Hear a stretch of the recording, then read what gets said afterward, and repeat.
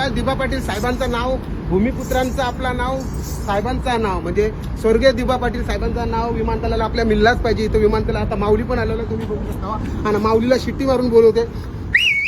आता बाल्या मामा पण आपला येणार आणि चला भूमिपुत्रांना जागा मिळलीच पाहिजे.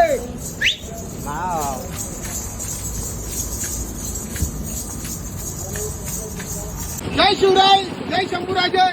मित्रांनो बघू शकता आज आपल्या दिबा पाटला साहेबांचा मोर्चा निघलेला आहे नावाशी.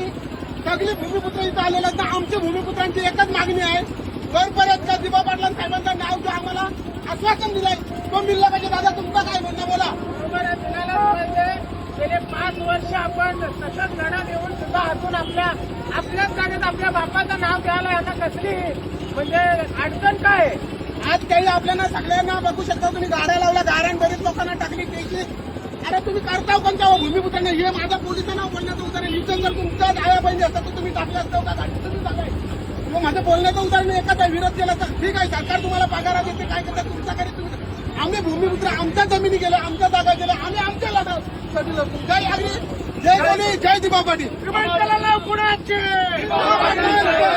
विमानतळाला नाव कुणाचे. अरे कोण म्हणतो देणार नाही, अरे कोण.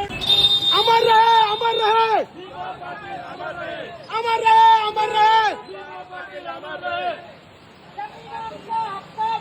नाही कोणत्या हक्काची, खाली डोक्यावर पाय. या सरकारचं करायचं काय. खाली डोक्यावर पाय. अमर है, अमर है.